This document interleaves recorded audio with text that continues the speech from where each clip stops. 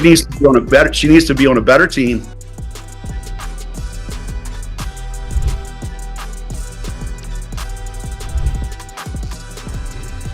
Frustration with the league's officiating, recently telling reporters, quote, "I feel like I'm getting hammered and everybody is physical with me. And opponents get away with things that other people don't get away with." That's what Caitlin Clark. What I am upset about is like, hey man, your meal ticket is under constant attack.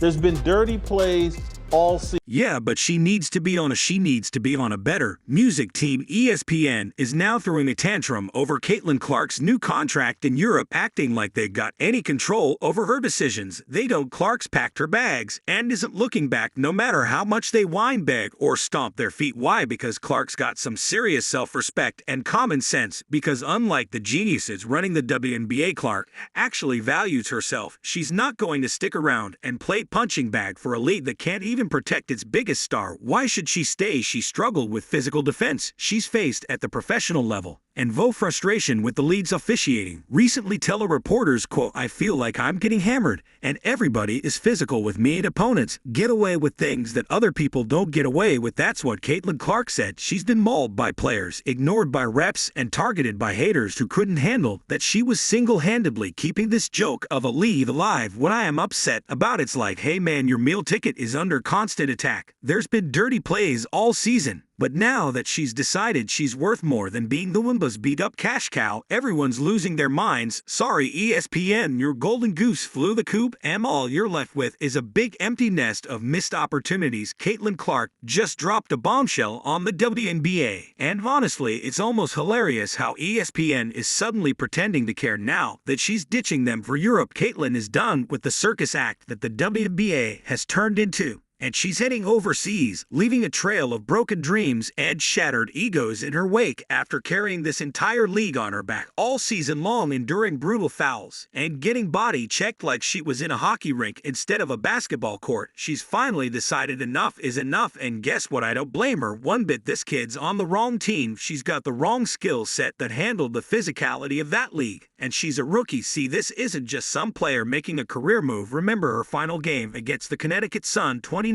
points, 10 assists, 7 rebounds. She was basically a one-woman show. Meanwhile, her teammates were busy starring in a comedy of errors, missing open shots, and making bony head plays that would make a high school coach cringe. And what did the WNBA do? They let the refs treat her like a punching bag while they sat back and watched. Fans didn't sign up for a USC match, but that's exactly what the WNBA turned into whenever Clark stepped on the court. Caitlin Clark was assaulted yesterday in her very first playoff game in the WNBA, and now ESPN and their experts are finally waking up. Oh, now they realize they were sitting on a cash cow the whole time. How convenient. Before Caitlin, the Indiana Fever were lucky to pull in 3,000 fans, a game more like a neighborhood block party than a professional event. But once she showed up, 177,000 fans packing the arena every game. That's a 400% increase. The Indiana Fever, all right with Caitlin Clark, led the league in attendance, both home and on the road. Fever averaged 177,000. How's that for impact? They didn't just have a star on their hands, a once-in-a-generation phenomenon. But sure, let's keep focusing on spreading the wealth instead of celebrating the one player who single-handedly put the WNBA on the map. If Caitlin Clark is the quote-unquote savior, if she's the golden girl, milk it. And don't even get me started on the merchandise sales. Caitlin Clark's jersey outsold everyone in the league's history, surpassing legends like Subbird and Diana Taurasi. We're talking about a rookie, a first player beating out Hall of Famers. That's not just impressive, it's historic. She turned the WNBA into must-see TV, and her games were practically a national event. But did ESPN ever treat her like the superstar she is? Nope. Instead, they gave lukewarm coverage, acting like she was just another player. And now they're scrambling, trying to pretend like they didn't sleep on her. Too late, ESPN. You missed the boat, and it's already sailed across the Atlantic. Yeah, but she needs to be on a better team. Let's talk about viewership, shall we? That game against the New York Liberty pulled in 1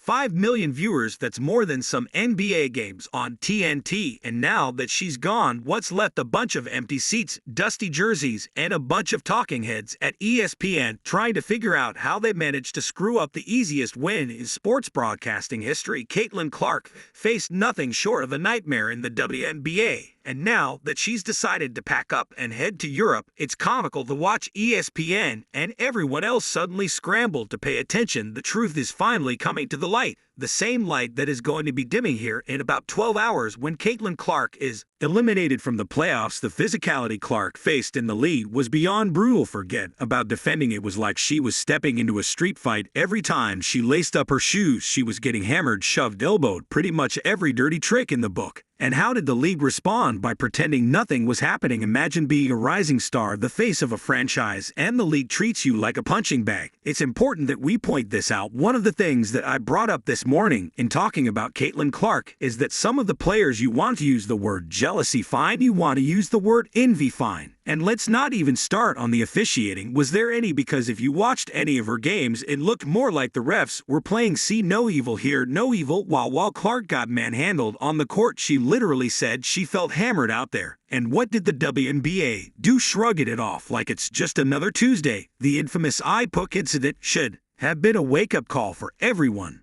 But instead, the WNBA turned a blind eye, pun intended, acting like it's normal for a star player to get treated like an intruder in their own league. But if you're not delivering the product and you're not making the revenue, and you're not, giving people the entertainment that they want, then you're not going to make any money, and your league is going to suck. The emotional toll, you can't even put it into words. Every missed call, every cheap shot, it chips away at you. You're busting your butt to carry a team, and in return, you're left exposed, unprotected, and on top of that, criticized for not being tough enough. Give me a break. The league and its cheerleading media dropped the ball so hard it's still rolling, and now they want to play catch-up. Pathetic. And this woman swats at the basketball and somehow decides to turn her hand down and her fingernails and jab them right into the eye of Caitlin Clark. No foul call, no refs stopping the game to go look, is this a flagrant? None of that, just everybody moved on. But wait, it gets even juicier. QE Alyssa Thomas and her comments about racial bias in the fan base. Thomas threw out accusations claiming that Clark's popularity is somehow rooted in racial dynamics rather than, oh, I don't know, her jaw-dropping talent.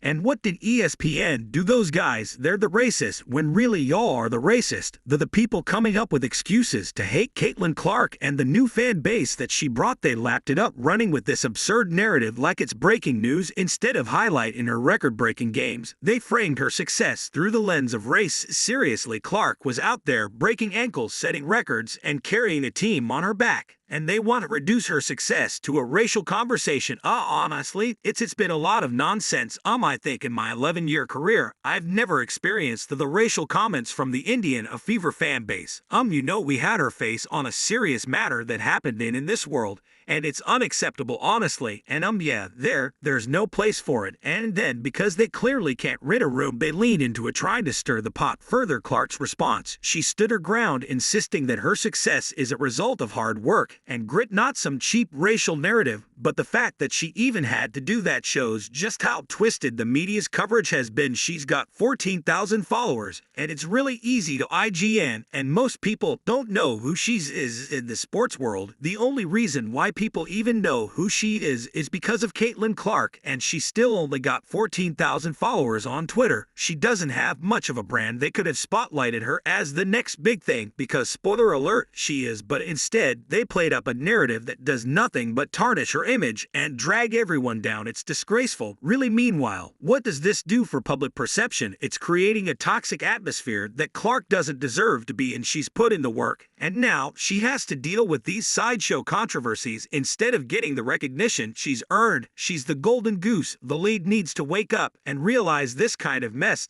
doesn't just affect Clark, it's making the whole WNBA look like amateurs. And don't even get me started on the Wemba's inclusivity narrative. All season long, they touted themselves as the lead of equality and opportunity, but when it came time to protect their biggest asset, they left her out to dry. Your biggest star, your meal ticket, the reason why you have relevancy, just got stabbed and assaulted, and nothing now. ESPN and the WNBA are about to feel the stain of neglecting the only player who turned them into a spectacle worth watching. Caitlin was the heartbeat, the pulse, the lifeline, and they let it slip away.